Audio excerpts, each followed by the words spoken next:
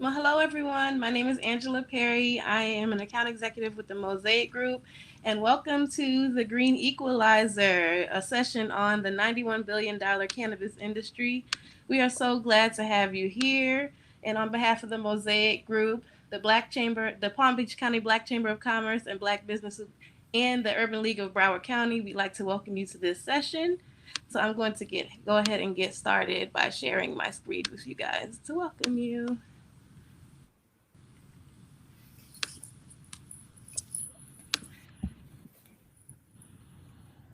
So again, welcome to the Green Equalizer, a session on the $91 billion global cannabis industry. Today, we would first like to thank our sponsors, FPL, Discover the Palm Beaches, Complete Contract Consulting, Greater Miami Convention and Visitors Bureau, Florida State Minority Supplier Development Council, South Florida Times, Miami Media Group LLC, and Valley National Bank. So again, thank you to all of our sponsors. Today, we will be moderated by Anne Marie Sorrell, who is the president and founder of Cannabisiac, as well as the president and CEO of the Mosaic Group. So thank you so much for Anne Marie for moderating this panel for us and sharing your expertise. And I'm going to go ahead and turn this over to you. Awesome. Thank you, Angela. Oh, so everyone who's listening, first, thank you for staying with us. We had a little bit of technical difficulties, but we're here and we're going to dive into this amazing conversation. And we do have one of our other panelists, but we're going to get her in the room. First Lady of the West Coast. I know you're in the attendee session, so please drop your phone, your cell number in the chat so that Mary can call you and get you in this room with us because we need you on this conversation, okay? So first of all, amazing women in cannabis right here on this panel. So I want to start with introducing Priscilla Agencillo, who is the president and CEO of National Cannabis Party. She's the CEO of the Original Breeders League, Inc. She's also the president on the National Cannabinoid Association. I know I'm saying that wrong. National Industry Cannabinoid Association as well, and so many others. She's a expert marketer. She's been in the cannabis industry for a very long time, and she'll tell you how long because I don't want to get her wrong. I think it's about at least close to 20 years, but she don't look like I think she started when she was like 12 in the cannabis industry. The cannabis, I'm telling you. But so lots to learn from Priscilla. So thank you. Priscilla is also the chair of Cannabisiac's advisory board. So we thank you for your leadership with Cannabisiac as well. So thank you, Priscilla. Next, I have Miss Kindness, and yes, that is her name, Miss Kindness Ramirez, who I had the pleasure of meeting through a couple of different channels, but in person a couple of months ago out in California, and just an amazing spirit, amazing person. Also a woman of many hats. She is the CEO of Club Kindness. She's the founder of EBK Apothecary, and you're going to correct me on it, I know. She's the co-founder of a dispensary and so much more. She's an advocate, so much more. So welcome, Miss Kindness. And we're going to jump. Thank you, Anne-Marie. Thank you. So we're going to jump right into our discussion because, really and truly, I want you to really share your story. So you've been in the industry for how long have you been in the industry? What role do you play in the industry? And what is your story? What made you even want to get into cannabis? So we'll start with Miss Kindness. Thank you, Anne-Marie. I really love telling this story. So in 2012, I was 26 weeks pregnant, and I took a bad slip and fall on a puddle in a grocery store. And it damaged my pelvis. The only option that doctors were willing to offer were opioids. And so I had at the juice bar, always chose natural remedies. I wasn't a cannabis consumer in the sense of really recognizing its medicine. It just was for fun at parties in the past. And I Googled natural remedies for chronic pain. And I joke and say, Siri told me weed. And so I went down that rabbit hole and discovered all of the mysteries that we had been told. My father is an officer, Vietnam veteran, very conservative Black family. weed was the devil. So equivalent to that of the other far, far, far severe drugs in their minds. So that's the way I was raised. And when I discovered that that was just not true, I had to share it. I've been a teacher for lifetimes, but in this one, it's my profession. So I literally cured my body. I'll skip forward in the story, discovered all the myths, truths, had to interface with social services as a result of my choices, had access to support, realized my privilege, left the classroom, and brought all of my pedagogy skills to cannabis and started working directly with other women and mothers like myself. And in 2015, Club Kindness was born. We've always been direct to consumer education and a resource network.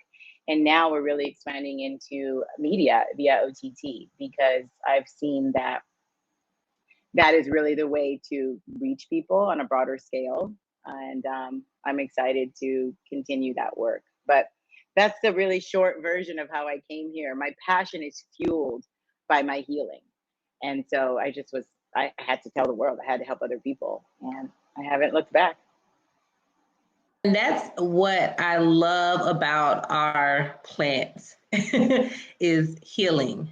And if we can continue to change the narrative and the perception about cannabis, that this is plant medicine, it's about healing, it's about getting people what they need that's not pharmaceutical, that's not going to put them in more danger. And so I know Priscilla has a lot to say about that because she has her own story. Priscilla? First of all, Miss Kindness, I absolutely love your story. I love your passion. The fact that you're in service for women in cannabis and the fact that you are, just such a powerful leader in the space. I really, really, really appreciate that. So my story actually starts with healing as well, but not for myself, for my grandfather, who was a POW, served under MacArthur. I am second generation born in the U.S. So he was able to, through his service, get us into the United States and get us citizenship, our family. And he was diagnosed with cancer. I went down that rabbit hole as well, searching for any type of holistic treatments for him because the prescription medications were not working. And at the time when we finally started to implement these things, he was on 50 different prescription medications. I didn't say 15, 50. So, you reach a point where you're like, this is not getting any better. This is only getting worse. What is going on? And whenever you start to search into other ways to try to treat yourself or a loved one, you're going to see that cannabis is at the top of that list for so many people, for thousands and thousands of stories. So, I presented it to him, and unfortunately, it was a very impactful moment because he said that he didn't want to die a criminal. And so, unfortunately, he never used it. He had a very, very painful death. It was only because of all of the misguided propaganda, the misinformation out there. And then I took it upon myself to have it be part of my mission, again, to educate and also, help to create a pathway for families, whether it's yourself or for someone that you love, to have access to real information and possibly real solutions to help ease their pain, improve the quality of life, and maybe even heal yourself. So that's the very short story of what's fueled my interest in the space. And I've been very blessed, very fortunate to have taken my career in cannabis all around the world so far. And it's only getting crazier and it's only getting better. So I'm very honored to be part of this conversation, and especially honored that I'm amongst such highly esteemed women. I mean, wow, that's just the biggest honor of all. So thank you, Anne Marie, and thank you, National Black Economic Conference, for having me. For being with us. You all are so inspiring. As we talk about being esteemed women, in the industry. And I know you both, just like myself, are strong supporters of women and people of color, especially those who have paid the price for the cannabis plant, right? But when we talk about even entrepreneurship in businesses, what percentage, if you know, of cannabis businesses are Black owned? Ms. Kindness? Yes. So I was just looking at this data with Kira, the CEO of Women Empowered in Cannabis, looking at how many women actually are in cannabis. And then we started thinking about women of color specifically. And what we found was that about 1.8% of women are women of color. So I don't know the overall stat, but if we just think about that, that about 12% in cannabis are women, and of that 12%, 1.8 are women of color. So I I'd have to take a whole math, I'd have to teach a whole math lesson, but I think we can imagine what is, if it's 1.8% of 12, what is that of 100%? Exactly. Very small. Exactly. It's astonishing that we don't have more participation, especially from, you know, the groups that have been most negatively impacted by the prohibition of cannabis.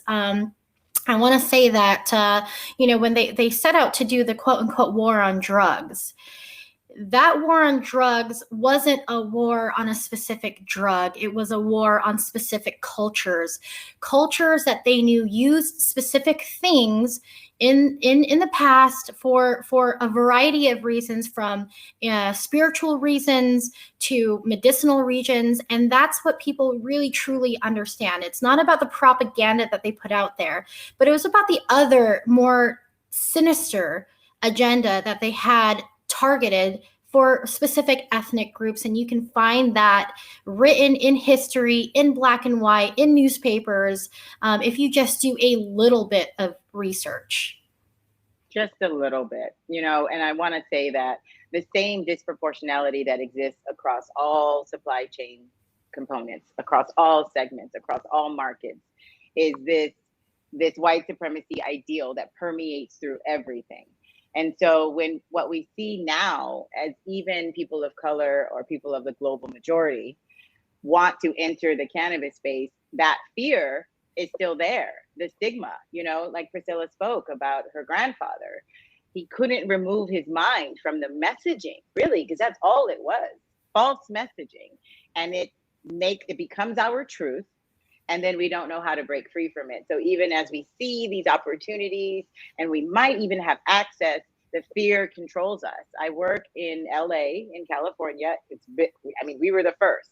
And still, as I interface with the community, Black churches, the college I work at, the board of the college I work at, still very conservative views around this, because they themselves, 7 out of 10, still have someone who is suffering from this crazy, we call it war on drugs. So it's difficult to change your mind when the reality is not that physically in front of you. No, and you know what? I agree with you both, and I've experienced it. I mean, I love my mom to pieces, but when I first started Cannabisiac last year, and she's like, "Oh, you selling drugs now?" And I was like, "What? No, Mom, I'm selling drugs. This is plant medicine, and I'm not actually touching it yet."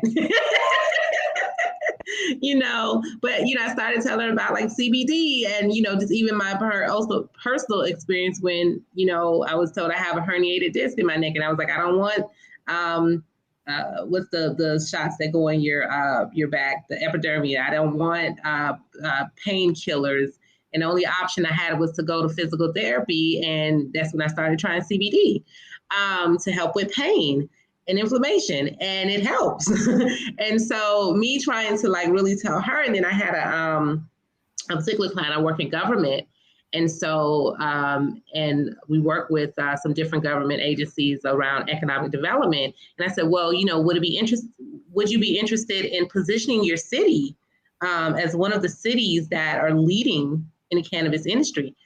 And it was like, well, you're going to have to take some convincing, Anne Marie, because of my personal experience growing up with cannabis. And I was like, okay, I'm going to work on you with changing that mindset shift, because this is an opportunity to create a economic engine in your community.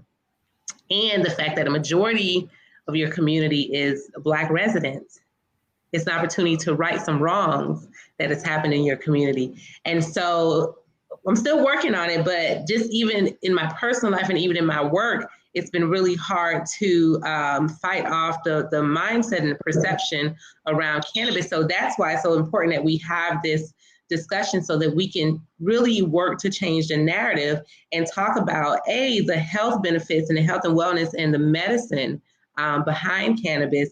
But there's so many other opportunities and usage. And so I want to just tap into that for a second. Where are the opportunities in cannabis? And of course, let's break it down for folks, because we know that there's 3 components. You have hemp, you have medical marijuana or medical cannabis, and you have adult use cannabis. So let's talk about the differences between the 3. B, when we talk about opportunities from a business and entrepreneurial standpoint, what are they? What are the emerging opportunities? What are the trends? And so I'll start with Priscilla and then Ms. Kindness. Thank you, Anne Marie. This is one of my favorite, most exciting topics about cannabis, is because, truly for the first time in my lifetime and a lot of people's lifetime, that, we have a real chance to position our families to create some generational wealth. Where it's not just about correcting all the wrongs. This is a real, true opportunity for you to get in gear and start working towards your dreams and using this green platform to truly, again, create generational wealth, break some generational curses. And we get to do that through cannabis. A lot of the opportunities exist. Obviously, people know about the plant touching side, cultivating, manufacturing, creating CPG products or products that go out to market. But a lot of people actually don't really focus on the picks and the shovel side. So this analogy is used a lot in the cannabis industry, where they compare it to the gold rush, because this is the green rush. And in the gold rush, a lot of the companies that set themselves up to service the miners that were, mining for gold, meaning the picks, the shovels, the denim that miners needed to use. They excelled profoundly. And that's something that I want to make sure that people are aware of, because this industry is definitely disruptive. It's revolutionary. It's not only going to change how we approach our medicine and self-care, but you're also looking at, on the hemp side, replacing plastics, replacing biofuel. There are so many uses for it. There's over 500 uses just in hemp alone, not including any of the medicinal properties. That alone is a whole nother world. So this industry needs a lot of support. So if your talent is in marketing or PR, we need you in the cannabis industry. We need professionals from other industries to lend their expertise within this industry, so that we can continue to evolve it as a real and have a real place around the world in this space. So that's probably the main thing that I would like to say. Like there's an option for everyone to get involved. And it's really just starts with education, and then aligning yourself with the right groups, the right associations and organizations, so that you have the right information. And, hopefully you connect and network with the right people to kind of help you with your business plans and goals. Absolutely, and I'm going to talk to that in a little bit. Ms. Kindness? I think I'll say ditto, and then I'll add a little bit, because when I think about the plant, obviously you mentioned these 3 tiers, and I immediately went into it's the same beautiful plant with a different genetic breakdown, which creates hemp or creates, what we might call marijuana. but it is all cannabis. And so that molecular synergy of the plant is, I think, what Priscilla is really speaking to. That's the community we need to serve it. Oftentimes when people think of getting into the industry, their mind goes immediately to plant touching. Oh, I have to grow it, or I'm going to open a store. I came into cannabis to teach. I was already a teacher. I was already an educator. I know how to do that. I know how to take complex information and make it easily digestible for the community I'm serving. And so that's what I brought after breaking down that information. I continue to do that.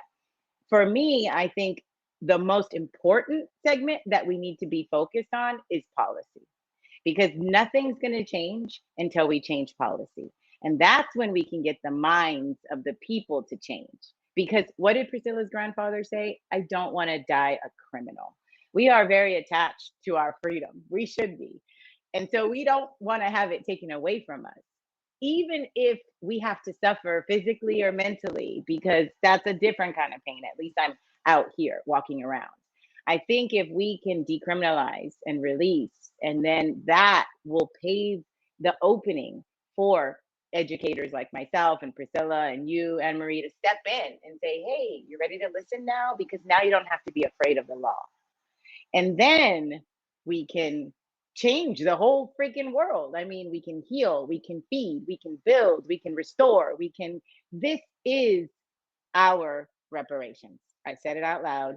We can claim it via this process. We can take it, we can get into it, we can assimilate and then take over, but find a way.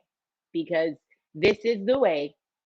I think probably the last new wave of anything coming out of prohibition would provide us for generational wealth. And you have to diversify. I have managed, you mentioned that in the beginning, Anne Marie, that I do a lot of things. I came in as an educator. I started a membership association. Then I started a CBD line because I got access via the people and women I with. Then I said, hey, I'm going to write a book for kids about cannabis because I grow it. So let's just show what our family's doing. Let's normalize this. And then I said, ooh, I really like being on a screen. Let's go OTT and let's share this information. So I think diversifying, pivoting. Now, all of those things I just mentioned are not plant touching. I am not under the hood of regulation, but I am supporting the space in a way that, frankly, has been very lucrative, and I'm grateful. And I just used the skills I already had.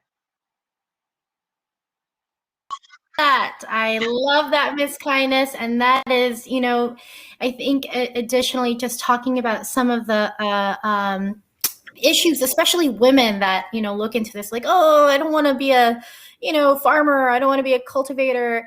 You don't have to be.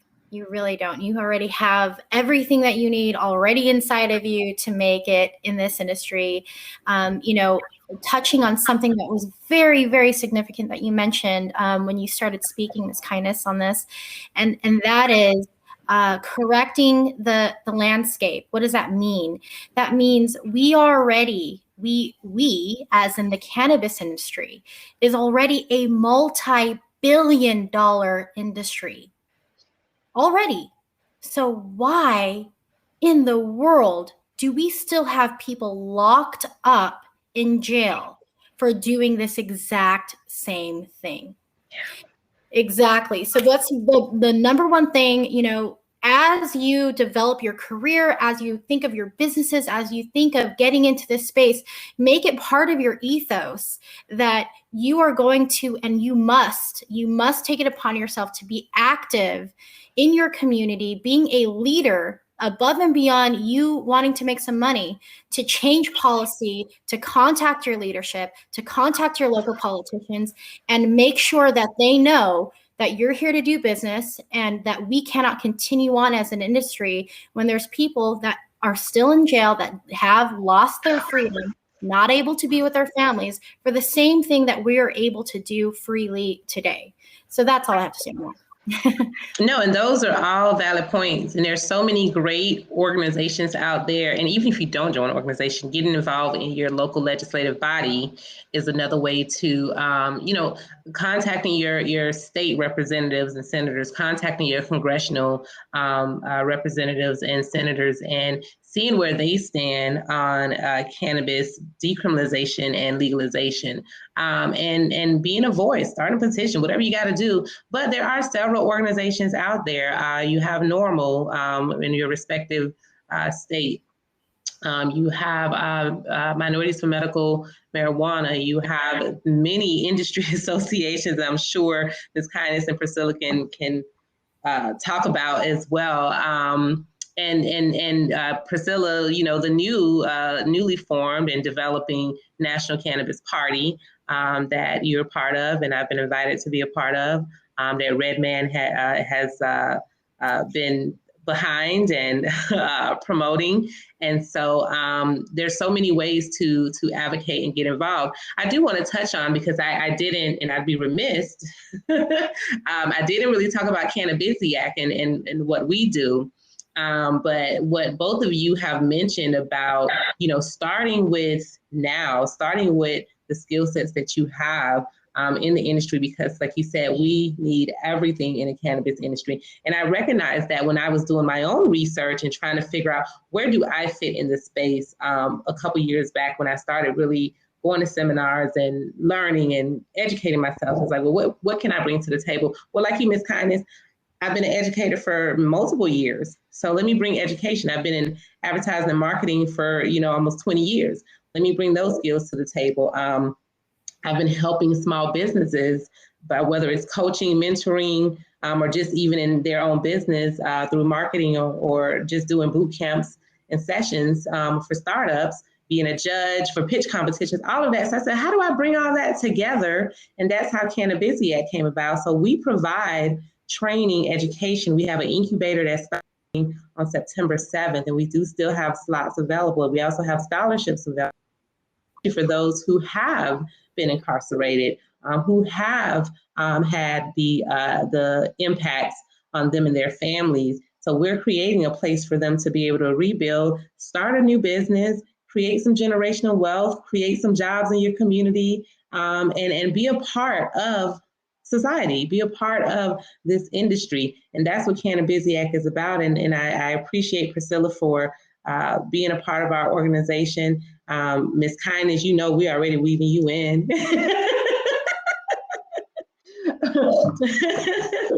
But that's so important. So, you know, we have a lot of work to do. There's a lot of opportunity, and I really wanted people to be able to understand where they are. Now, do you think that we will see legalization anytime soon, federally?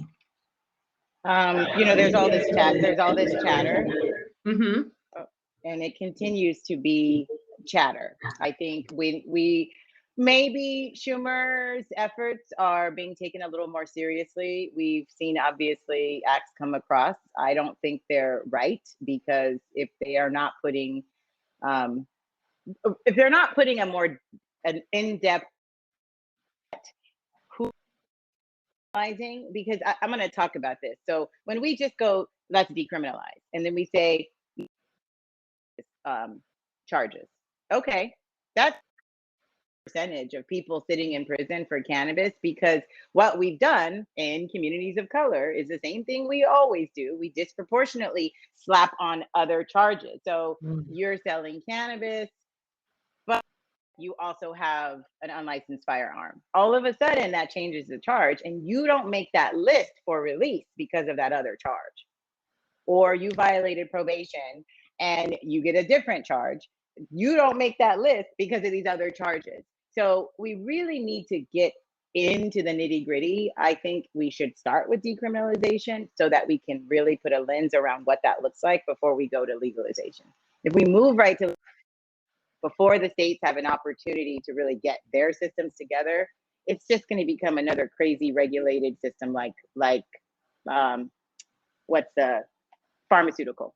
So I think that's dangerous. I don't think it'll happen during the Biden administration. I'm fairly certain that's not their focus. I don't see it. They've got other things to clean up. Maybe 5 to 8 years. Wow. Priscilla, I saw you put in the comment. It's, you know, people of color get arrested 6 to 10 times more than non-people of color for the same exact offense. That is just tragic. Oh, it is. devastating to communities, completely devastating. So this is something that we definitely have to fight against. I agree with Ms. Kindness's assessment on how long it's going to take to achieve federal legalization. There's a couple of roadblocks in the way. One is a uniform standard that the whole entire country is going to adhere by. Standards and all SOPs, from how we operate companies to, what we decide on what's allowable in products. All of that has to be figured out. One thing that I do predict that will really help to put pressure on the federal government to achieve a legalization on that scale is, to be honest with you, it's going to start with New York's cannabis market. Why? New York cannot grow the supply that New York needs. So what does that mean? That is going to force interstate commerce. There's already governors talking in between each other, basically making trade agreements, commerce agreements between each other's states. The feds are going to lose out on that if they don't get it together. So, that may be an indication of a pathway that we can all take. I know with Oklahoma, for example, I was able to sit on the legislation writing committee for the recent reform of policy there. One of the things that was suggested was that Oklahoma will not negatively, you will not be negatively impacted as a business residing in Oklahoma. Your licenses are not at stake, things like that. If you're caught doing interstate commerce, that is a really big and bold statement. Now, that's obviously respecting, federal law. Like, hey, we're not going to say, yeah, go and do it, but we're going to say, hey, you know what? You did it. We're setting ourselves up for interstate commerce. We see it as a benefit, not just to this industry, but to every stakeholder that is a business owner in this industry. And, we're not going to penalize you. So you're seeing movements like that and support like that, happening across the country. And, this, again, is just testament of what the people want, what we want to have our leadership. Hey, listen to us. This is what we've been saying. This is what we want. So get it together. Priscilla, you just dropped a freaking bomb. I don't know if the people know that you just bomb, okay? Because I was like, whoa, she said it. I think rewind, y'all, watch that again, listen again, because when I think about our communities and interstate commerce, all I hear is opportunity. All I hear is opportunity. Thank you for that, Priscilla. Yeah, definitely. And I think as we're talking about, different states, interstate commerce, there's a lot to keep up with. So how do you ladies keep up with all of this news, all the changes? I mean, we're talking about all the different states that have varying legalization, the ones that do have some level of legalization. We're talking about hemp in itself, which is, legalized pretty much everywhere due to the Farm Bill. And then globally, you're also keeping up with some of the global trends. What's your daily routine? How do you keep up with and then you're on Clubhouse and you're on Facebook and you're speaking at conferences and you have families as well and children to raise. Let's talk about that, especially as a woman with so many different responsibilities in this male-dominated industry that has so many regulatory issues, that is so uncertain. Let's talk about that. I'm sorry. I'm cracking up because I'm just thinking like, I don't know. Like, I have no idea. Or I'm thinking weed. Like that. Literally, I either don't know. Cannabis lets all things happen. I will completely. I will say this. I am a very, very, very devout Buddhist, and I meditate every day, often several times a day. I have a practice that I call sneaking in silence, and it literally can happen when I've dropped off 2 children in the morning that go to 2 different schools an hour apart. So I have to sit in the car for 40 minutes waiting for the second school to allow her in. And during that time together, we meditate. When I'm driving home and I'm by myself, I allow myself to literally just take in the scenery. And then I say, how's this day going to go? What am I going to do today? What are the things on my list? And I'm always grateful in that process. My day is insane. My calendar, I say it's a pink day because my color is pink on our family calendar. And I live by that calendar, and I purposely put in breaks. I get Google alerts on content and information that I want to know. I am a part of a lot of organizations. I'm on the listserv. I scan my emails and decide what I want to go deeper into. But I have a very specific and regimented schedule that I intentionally give myself time within. There is no way I could do any of the work I do without doing that. I like the work I do, that helps. I'm passionate about the work I do, so I want to do it. I love children. I'm privileged and grateful and blessed to be able to have a home to do it from, so I don't have to drive to an office every day, which I hated when I did. And I have a husband who supports me. I have a family, and I ask for help when I need it. And I think that especially as women, we have become so accustomed to not asking for help. And especially as Black women, feeling like we need to present this strength, this armor that looks like we don't need help, which is completely false. And in fact, I gain all of my strength back when I ask for help. So I went there. I literally meditate every day.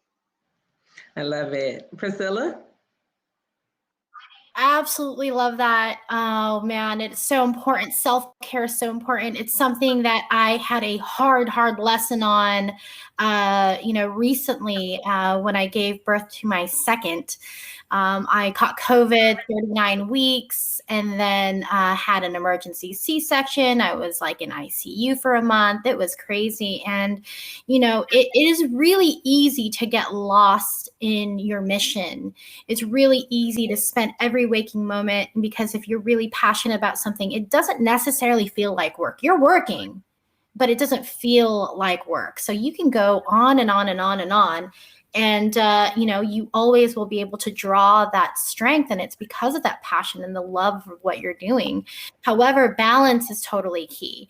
Meditating, you are spot on with that. I did it a lot before. It was kind of like this roller coaster thing where, you start recognizing, hey, this is kind of out of whack and this is not in balance. And really, we need that homeostasis. It's the same principle of how cannabis works. It helps your body to achieve homeostasis. We also have to be an active participant in that as well in our life. It's hard, especially for women who are entrepreneurs, who are mothers, who are givers, who are servants of the community. You take on as much as you can get, as much as you think you can, and even more so. And that's not necessarily the most healthy thing. So I think, coming from a place where you can't really help someone who's drowning if you're drowning yourself, making sure that you have that balance with family time, quality time, things like that is just a super important part of just being able to be from your highest point of self, to be able to give and to be able to contribute. So I think that's right. Fundamentally, that's number one. Meditating, we definitely don't do that enough. I was introduced to this machine that helps your brain achieve theta waves. If you're not an expert like Miss Kindness, because I'm definitely not, but it's this machine that, helps you to achieve your brain and theta wave. And that allows you to, be in the wavelength of being able to heal. Your body knows, hey, I'm in healing mode, keeps you calm, those cortisol levels down. I mean, it's a place of creation. So I think it's very important to access that as much as possible. I've recently simplified my thinking. I like to learn from people who have done amazing things in their life. One lesson that I've been repeating lately, and remember, growing is just an ongoing process. Like we constantly have to reevaluate things to see if it's the most efficient thing from where you're at in your life right now. And, or if you added another kid or whatever it may be, like there's so much to always constantly grow about yourself. So one principle that I've kind of been looking at and I've been adhering to lately is, some of the mega billionaires, some of the sayings like from Bill Gates to Warren Buffett is they say that they make 1 to 3 really good decisions a day. And that accumulates and that adds up. And you're going to be winning. So I liked to simplify that now and into my life, just making sure that I at least hit those 1 to 3 every single day. I'm still working on making sure that I have, some sort of physical exercise every day. But running around, toddlers, stuff like that. That's kind of like exercise itself. And then the third thing that I'd say I use a lot is NET. So no extra time necessary. When you are, for example, riding in your car, have an audiobook. When you are, I'm on Clubhouse to I have a really great family with the State of Cannabis News crew. They are top industry experts from all around the country that tap into different things that they're really passionate about. So we keep each other in the loop, just like that. But while I'm on Clubhouse, I might be nursing, so that's the beautiful thing about maybe some of those silver lining from this pandemic is, our attitudes have shifted and have had to adapt to, the new world of how we have to do business. So we're on Zoom. Maybe some of the men who have never had to deal with screaming toddlers running around while trying to accomplish their work now had to. And they're like, okay, I understand if I hear a little, a baby in the back or a toddler having a tantrum, I'm not going to judge that because I know exactly how that is when kids were forced to stay home. So, take advantage of that and let's change what normal is. Let's get our things done. Let's support each other. Let's align with those that are, on the same mission. And let's raise all boats by raising the tide together. And that way we can all accomplish more together. And these are just some of the little things that I kind of do that I've seen help me out a lot lately. And we'd be remiss if we didn't say that we start our day with cannabis and end our day with cannabis. I was waiting for that. I was waiting. Absolutely. All throughout the day, actually. It's just, Yes. I was waiting for that because, that's there may be other moms out there or women who, say, they may be somewhat embarrassed, again, because of the negative perception of cannabis that they, whether it's smokable or edibles or infused in some type of food or drink, they may be ashamed that they use cannabis for coping or just for relaxation or stress relief or real medical issues, whatever that may be. And, how do we normalize that? How do we normalize that? Because I'm glad you brought that up, Ms. Kindness.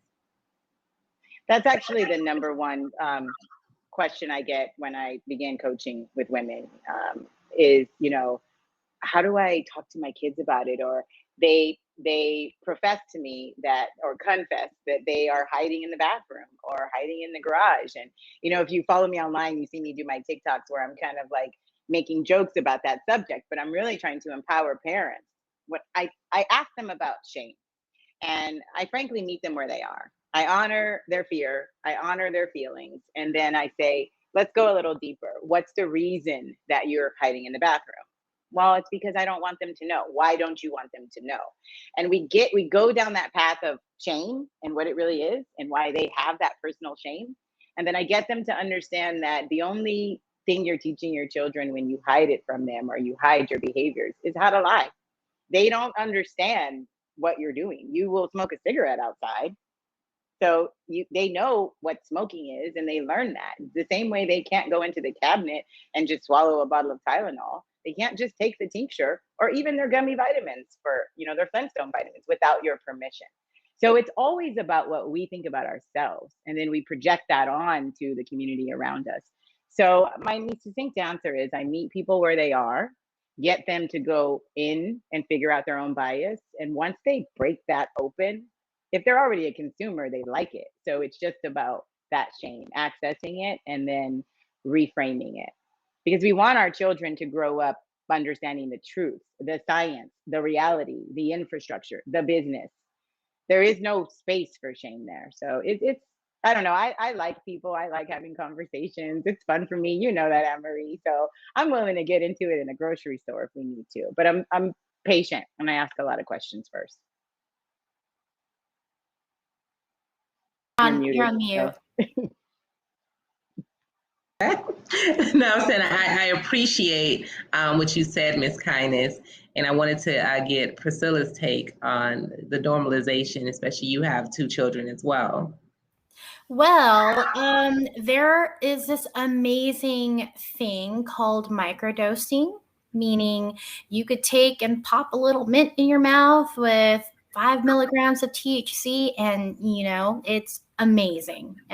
Really, those things. If you don't know until you start, you don't know how your body's going to react.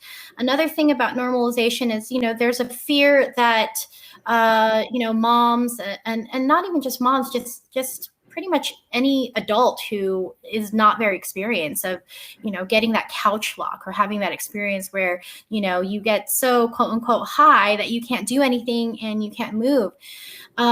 There are very specific strains that will react to your body that way.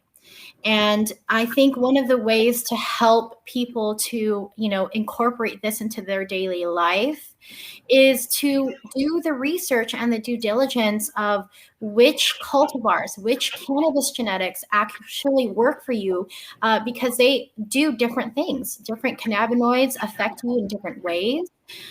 You may have a need to use cannabis to sleep. There's a lot of already anecdotal evidence out there. Yeah. A lot of anecdotal evidence that you can access. You just have to do a little bit of research. Which quote unquote strains are going to help me sleep? Which will help me curb appetite? Which will help me get through stress and anxiety? There's so much information out there, but the best information is to approach it with care and respect and caution and try different things out. You're no longer having to call some random person and have to wait in some dark alley parking lot for someone to show up anywhere between 1 and 3 hours later with whatever it is in their pocket. No, you can walk into a store, you can look exactly what it is, you can ask generally some knowledgeable people, do some research on your own, and you can find different solutions and start easy. Don't go in trying to run a full marathon. Start easy, start with edibles, start with topicals, start with different things that will help you to have a good relationship with this plant. And that's what it is. You have to find what works for you. And that's a very important thing for me, when having it normalized and having access to it on a daily basis and knowing which things work for you at different times during the day. Because it is very important to have that. I would also say, as a canna mommy, having that conversation and being very transparent with your kids. For me, my son's 4 going on 5, and what does he call it? He says, my mommy does cannabis. My mommy does cannabis. And what I tell him, I said, honey, this is medicine for adults. Medicine for adults. Medicine for adults. And that's as simple of and he's just like, okay, and that's as simple of a conversation to have as anything. And this is what's he's gonna know and grow up as and understand that this is medicine. So. Absolutely. And I love that. Well, we're narrowing down on time, but I want to use the time we have left to, go into our theme, which is the road to generational wealth. And the theme and my belief, and I think we share the same belief, that cannabis is a great equalizer. When we talk about equity, when we talk about economic development, when we talk about reparations, cannabis has the ability to be all of that if people are open to it. So I want to get your thoughts on that, and why is it important to make sure we have people of color in the industry able and participating, and how does one utilize or tap into the industry and create generational wealth for families, them and their families and their community. So it all has to go back to community as well. So who wants to start? I'll go first. Yeah, this is a passionate area for me. Because I firmly believe that Black people should absolutely be at the front of every conversation happening around cannabis. I don't think there should be any policy level conversations happening without Black people at the table. There shouldn't be any lifestyle conversations happening without Black people at the table. No wellness conversations happening without Black people at the table. Because we historically have been the community that has suffered the most under the guise of this use of this plant to essentially recreate slavery. And so I use the word reparations with intention for it to trigger and bring up that whatever it's stimulating, I want it to, so that we can have a discussion about it. Black people need to see this as an opportunity, and that we have to continue to do this work. Anne Marie, what you're doing with Cannabis, what Priscilla's doing, what I'm doing with Club Kindness, we just have to continue to do that work, because I've said this a couple of times, because the fear is still winning. Yeah. And I think that if we don't jump on this, one, learning what the plant can do for us health-wise, I believe that women like us have these profound conversations, frankly, because of our use of the plant. It makes us smarter, it makes us better, it makes us more patient, it makes us think more deeply. So one, we need to take the advice of other people around us, be willing to trust and share and receive. And then two, ask questions. Community who are doing it, go to the city, ask them, do they have a cannabis policy? These are all new pathways. When I was organizing in Pomona, trying to get people to come and just sit was a challenge. I would say to people, I just need bodies in the seats. I will take the mic. I just need you. We're still facing so many other barriers to entry that include lack of access, financial, economic prowess, knowledge on all of that. So I say the people right around you, grab a buddy and go somewhere to an association. Priscilla has mentioned it's so easy if you just Google to find these things. But of course, knowing who to trust is also challenging, especially as Black people when it comes to science and the law. But find people right there. There's normal in every state, I think, at least every legal state. There's the NCIA, there's MCBA, there's Minorities for Medical Marijuana. I mean, these are all reputable organizations. So Cannabis, Women Empowered in Cannabis. I'm saying these names because these are trusted organizations. So just tap in and ask them questions. But we absolutely need to be at the front of all those conversations because we have the direct lived experience to truly educate people. Absolutely. Priscilla? Education, I can only recommend what I've done. I started my education in cannabis through Oaksterdam University. There are many, many options now to access, a lot of different, but for me, Oaksterdam starts with the community. They start with the people. They start with really supporting all of the issues that a lot of organizations seem to kind of forget in the wake of the business side of everything. So that's part of their ethos throughout, everything that they teach and it's a really, really great basics classes. I think that that's very important. You get the history, you get the understanding and the framework of how to go through everything. So education, starting with something trusted like that, they have a really great name in education. A lot more higher universities higher learning universities are adopting different programs, technical programs. So it's really great to see academia starting to tap into the industry so that people have clear pathways on how to get educated. But, starting with understanding what type of industry you're getting into, which means the community is something that's very important to consider and fully respect and understand. And then, tapping into more of how to get started, right? People are like, how do I get started? How do I get started? Well, there's a couple different things. A lot of people talk, and you're going to hear a lot of people talk about social equity applicants, social equity. LA has had a really big problem with that, unfortunately. on the other side, like let's say Oklahoma, they didn't really have social equity problems because why? They allowed for the barrier of entry to be $2,500. If you have $2,500, you can do a cannabis business, and that's amazing. So they got rid of, any type of problem, allowing for things like that. So maybe, start to look at where you want to operate. I know that the barrier to entry can be very, very high. For example, in California, it's very expensive to get licensed, very expensive to be compliant. There's so much cost to go into that, which has led to very predatory lending within the cannabis business space. So being very aware of things like that, especially if you are a social equity applicant. And that would basically mean if you are anything but white, you're probably unable to be a social equity applicant. So, that's something that if there are programs that you can tap into, that if you can access as a social equity applicant, there's some benefits to that, like you can lower fees.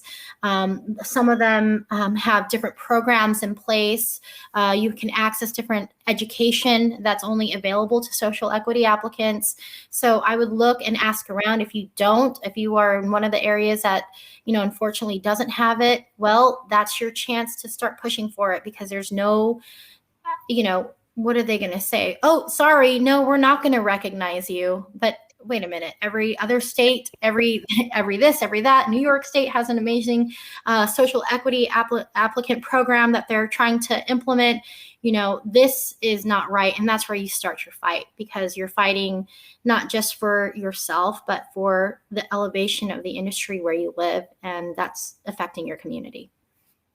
Awesome. And we do have a question in the chat from one of our attendees that says, how do you invest in the business or in cannabis? And I know that's a huge question on many people's minds, who say, well, I may not want to start a business in cannabis or a product.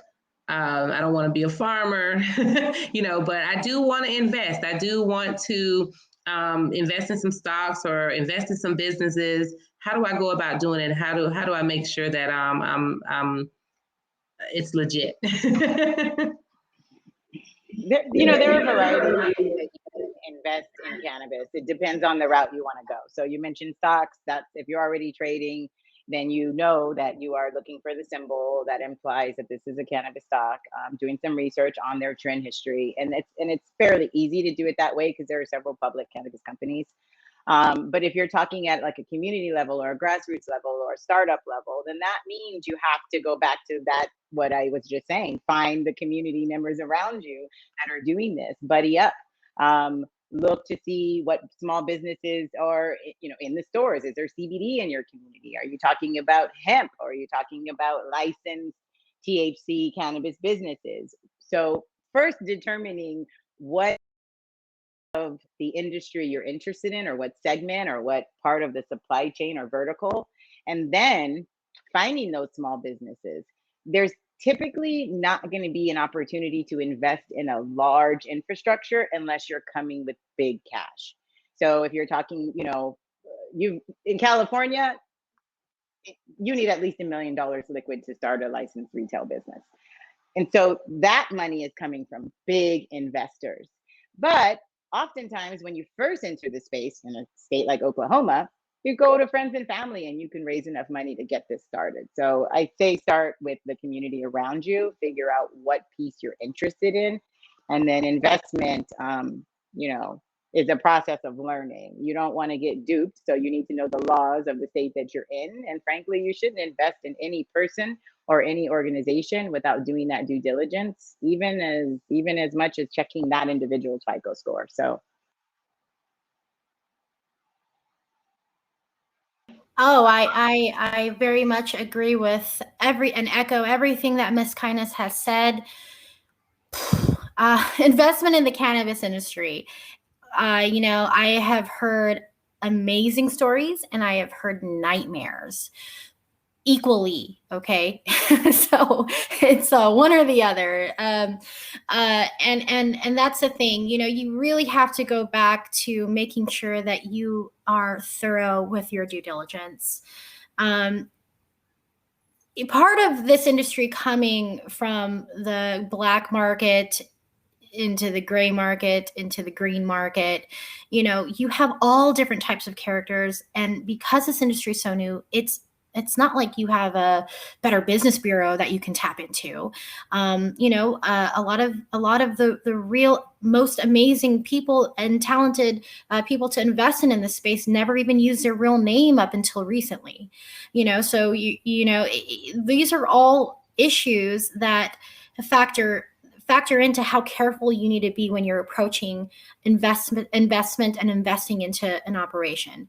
And I can tell you that I have seen amazing operations, and the latter of that is not safe either. Meaning, I have seen wonderful opportunities that look solid on paper, and you had some CEO of some former multi-billion-dollar company as CEO of this new company, and they stack their board and they look amazing on paper. And you're like, oh, there's no way that this is not going to be successful. And it failed and it flopped and people lost their money and they're in lawsuit. Why? Because that's not the answer either. They had no one from cannabis and they're doing what they're doing. They were just playing on a stock play and you got played. And avoid that at all costs, obviously. So that's not the answer either. You want to look at opportunities that, you know, that have people involved that are true stakeholders in the cannabis industry that have fought for this before it was, you know, a multi-billion-dollar industry, and that's something that I think is really important as you're doing your due diligence. And then always triangulate the information that you're getting. Don't follow just one source. Do as much and get as much info and opinion and check out reputations from as many people as possible and draw your own conclusions.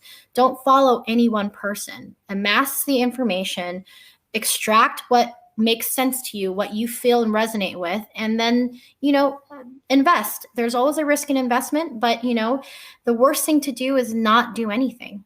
So that's all I have to say. I just want to reiterate, is my real name that my daddy gave me over 40 years ago. Okay, this is really my name. Mic drop. Well, ladies, this has been so much fun. You know, we could go on and on and on, which, you know, we will continue this on Clubhouse and other spaces. But, you know, real quick, tell, of course, we have your bio, but what's coming up for you and where can, because we're still recording, so where can our attendees and audience find you if they want to connect with you? Of course, they can connect with you here in the app as well. Priscilla? You can connect with me on IG. I'm always answering questions. My Instagram is a very easy way to reach out and ask a question. LinkedIn. You can always find me on LinkedIn, and I'm pretty consistent with the things that I'm promoting. Well, no, I'm not. I'm very bad at social media, but for the most part, anything that's really important, you probably will find it on Instagram. I'm horrible, right? And these days I am. I used to be much better, but I'm gonna get back. I'm gonna get back to the Ms. Kindness. So of my existence, but we have to do it, right? I'm so easy to find with a name like Ms. Kindness. If you know, it's MsKindness.com. But I really want to give a call to action right now because we are in the race for Club Kindness TV. We're launching in January 2022, and we're really looking for talented core contributors. Our business model is cooperative, pro-operative, I've dubbed it, in that we're offering a revenue share to everyone who's a part of the team. We're truly trying to build an employee company. So we want brilliant content that is representative of the global majority. It is cannabis inclusive, but not cannabis centered. And there's opportunity here. And I really, really am brilliant content creators, brilliant videographers, brilliant journalists, writers. We want you. So that's my CTA. But Ms. Kindness, I'm easy to find. I love it. And of course, please follow Cannabisiac on all social media, and that's CANNABIZIAC. And of course, visit cannabisiac.com. We have our incubator. We are doing a BOGO. Buy one registration, get one for a friend. Or you can buy one registration and get if you start at the foundational level, and you can also get the second tier as a part of that. So registration is still open. And our classes start with orientation on September 7th, right after Labor Day. So we're going to get you right after you come back from your Labor Day break. So that's a place where you can come and start your cannabis, or if you're already in business or you already have a career, you just want to tap and switch on over to cannabis or expand into cannabis, and you definitely want to be a part of our incubator, come on in. We invite you, and we make it very accessible and affordable. And it's done all virtually, and we have amazing national and international experts that you will be learning from and connecting with. So thank you for everyone who's tuned in. Ladies, I love you to pieces. Thank you so much for being here and just sharing your knowledge, your experience, the laughter. As anyone can see, this is the type of feels that we get in the cannabis industry. This is what collaboration and connection is all about. So I'm so grateful to be connected to the both of you and all the work that we're going to continue to do together from here and moving forward. So thank you all. Thank you, Anne-Marie. All right, so nice please, to meet It's an you, honor Priscilla. to share this space. Thank you so much. Absolutely. Please join us back on the main stage for our Written Black Experience with an upcoming author. And then we'll be closing out today's sessions with the Miseducation of Economics and Education's Impact on Socioeconomics. You don't want to miss that panel. It's our closing panel. And then we're going to be doing some speed networking from 4 to 5. You don't want to miss that, because this is going to be the most interesting. The system matches you randomly for 6 minutes with a video chat. So I'm loving that. So stay with us, everyone. And thank you, ladies. We'll see you soon. Bye. Thank you.